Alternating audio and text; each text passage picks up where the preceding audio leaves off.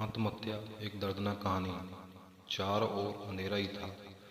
अपने ही सोच में मग्न कोमल नीचे बैठकर बहुत वक्त तक ऐसे ही फर्श की तरफ एकटक देख रही थी। पति के धोखेबाजी से कोमल अंदर से टूट गई थी। उसके बोले हुए वो शब्द कोमल के दिल में घाव कर गए थे। इस बार आकाश ने तो हद पार कर दी थी। अब और जीने का कोई अर्थ ही नहीं बचा था।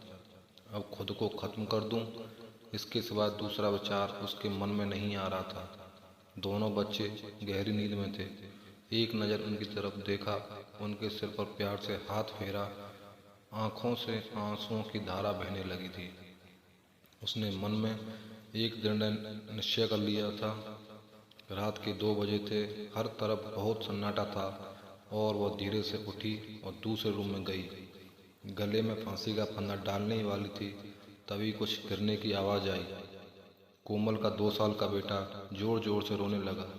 उसी क्षण कोमल की 6 साल की बेटी चिल्लाने लगी, मम्मी छोटू बेड के ऊपर से नीचे गिर गया, तुम कहाँ हो? देखो ना छोटू कितना रो रहा है। कोमल भागकर दूसरे रूम में आई और अपने बेटे को उठाकर अपनी गोद में लिया और अपने सीने से लगा लिया। बेटी रोते हुए बोली, मम्मी तुम कहाँ चली गई थी? मुझे बहुत डर लग रहा था। तुम हम दोनों को छोड़कर कहीं मत जाओ, मुझे अकेले में बहुत डर लगता है। कोमल ने अपने दोनों बच्चों को पास लाकर जोर से गले से लगा लिया और रोने लगी। दोनों बच्चे उसके सीने से लिपटकर सो गए। रोते रोते कोमल को कब नींद आ गई उसे पता ही नहीं चला। कामवाली बाई गंगू की आवाज़ से कोमल की नींद टूटी। अरे मैडम, आपने बाहर का गेट खुला क्यों छोड़ दिया था? अरे मैडम क्या हुआ? अभी तक आप सोई हुई हो? तभी तो ठीक है ना? वो खुद को संभालते हुए बोली, हाँ थोड़ी तबीयत ठीक नहीं है। घड़ी में वक्त देखती तो 8:30 बजे थे। आज तुम्हें आने में इतनी देर क्यों हो गई? मैडम चौथी गली में गुप्ता जी रहते हैं ना, उनकी बहू ने फांसी लगाकर आत्महत्या कर ली। 2 बच्चे हैं उनके, उनकी एक 10 साल की बेटी और 6 साल का बेटा है। यह सुनकर कोमल के कलेजे को धक्का लगा। अपनी साड़ी ठीक करके उसने पूछा, कब हुआ? गंगू ने बोला, रात को हुआ मैडम। मैंने ऐसा सुना है कि उसके पति की दूसरी औरत से संबंध थे। कमबख्त अभी तक नहीं आया। अचानक कोमल गुस्से से बोली, अच्छा किया, वह आया या नहीं आया उससे क्या फर्क पड़ता है? अब वह थोड़ी न देखने आने वाली है।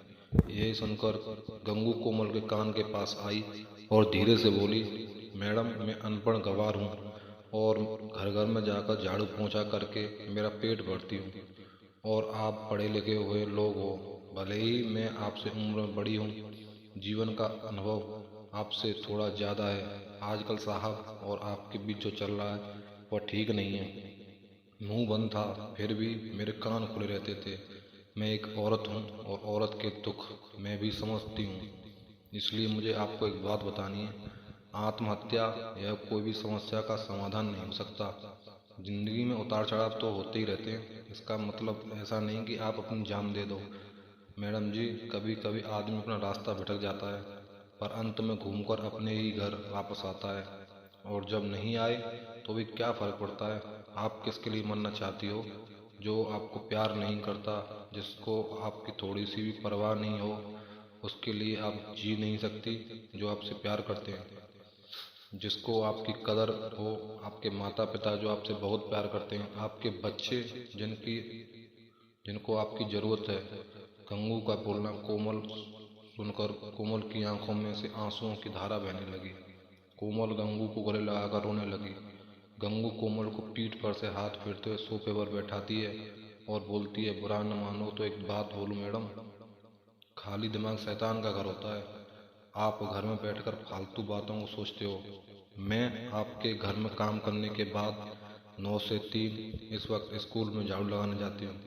वहाँ की प्रिंसिपल मैडम बहुत अच्छी हैं। आप तो पढ़े लिखे हो, अगर आप बोलती हो तो मैं आपके लिए टीचर का काम करने का पूछूं क्या? आपका वक्त भी निकल जाएगा और मन भी लग जाएगा। इस पर कोमल चुप बैठी थी। कोई भी जवाब न मिलने पर गंगू बोली, मैं आपके लिए चाय लेकर आती हूँ। और गंगू काम करने लग जाती है। काम निपटा कर बोलती है, मैडम मैं जाती हूँ। उतने में कोमल उससे बोलती है, रुको, गंगू, तुम स्कूल में मेरे लिए पूछना, यदि संभव हो तो प्रिंसिपल मैडम का नंबर मुझे ला कर दो। गंगू के चेहरे पर खुशी का भाव दिखा। गंगू कोमल के पास जाकर बैठी और धीरे से बोली, मैडम, मैंने दूसरे रूम में बेड पर स्टूल रखा हुआ देखा था। ऐसा आप कभी मत करना, यह आपका घर है। इसे बचाने को आपसे जो हो सके वह कीजिए। बिना लड़े आपने हार मान ली।